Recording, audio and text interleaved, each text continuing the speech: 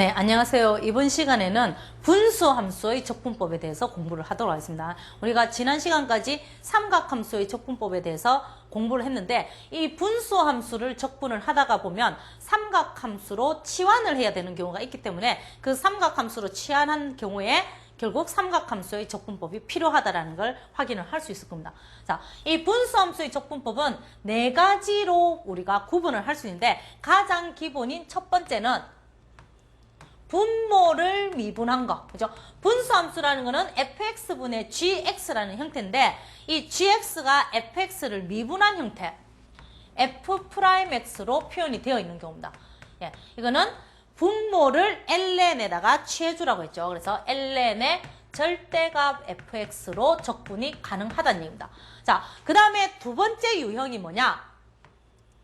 우리가 치환적분에서 사용했던 가로 안에 거 미분해서 가로 밖에 있는 형태, 그것을 이용을 해서 적분을 할 건데 두 번째 형태의 모양은 fx의 n승, 제가 n승이라고 표현을 하지만 n승이 아니라 f의 gx라고 표현이 되어 있을 수도 있습니다. 예, 어쨌든 fx의 n승분의 f'x라고 되어서 결국 분모에서 괄호 안에 있는 거, 가로 안에 있는 걸 미분을 했더니 분자가 되는 형태가 두 번째 유형이 되겠습니다.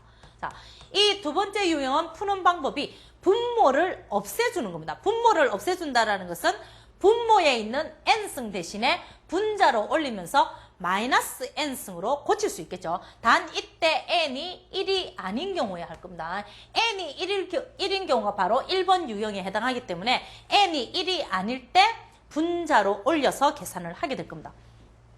자, 그러면 f'x에 fx의 n승을 분자로 올리면 fx의 마이너스 n승으로 표현이 되겠죠. 이렇게 고치고 보니까 가로 안에 거 미분해서 가로 밖에 있는 형태로 표현이 되니까 치환적분에서 사용했던 마이너스 n승만 적분을 하자는 얘기입니다. 마이너스 n승을 적분을 하게 되면 마이너스 n 플러스 1승이 되고 이 수가 뒤집어져서 분모로 내려온다고 했죠. 그리고 적분상수 C가 붙으면서 가로 안에 있던 것 그대로 적어주기만 하면 적분이 끝난다고 했습니다. 자, 세 번째 분수함수 적분법이 뭐냐면 바로 삼각함수를 이용해서 치환하는 겁니다. 삼각함수를 이용해서 치환을 하는 것이고 네 번째 유형이 바로 부분분수를 이용하는 겁니다. 그래서 이번 시간에는 삼각치환을 이용하는 방법과 부분분수를 이용하는 방법을 공부를 하도록 하겠습니다. 자, 그래서 두 번째는 삼각치환이라는 것은 어떤 것이냐를 공부를 하도록 하죠. 삼각치환은 세 가지 형태에 대해서 사용을 할 수 있습니다. 일단 첫 번째 a제곱 마이너스 x제곱이라는 형태인 경우, 그리고 두 번째는 a제곱 플러스 x제곱, 세 번째는 x제곱 마이너스 a제곱의 형태입니다. 자, 이런 세 가지 형태가 삼각치환을 이용해서 우리가 적분을 하는 것은 언제냐? 요 세 가지 모양이 분모에 있거나 혹은 근호 안에 있을 때입니다. 근호 안에 세 가지 모양이 있거나 아니면 분모에 있을 때 적분하는 방법이 바로 삼각치환을 이용한 치환 적분이 되겠습니다. 자, a제곱 마이너스 x제곱인 경우에는 x 대신에 삼각함수를 이용해서 치환을 한다는 거죠. 치환을 하면 a의 사인 세타로 치환을 하게 될 겁니다.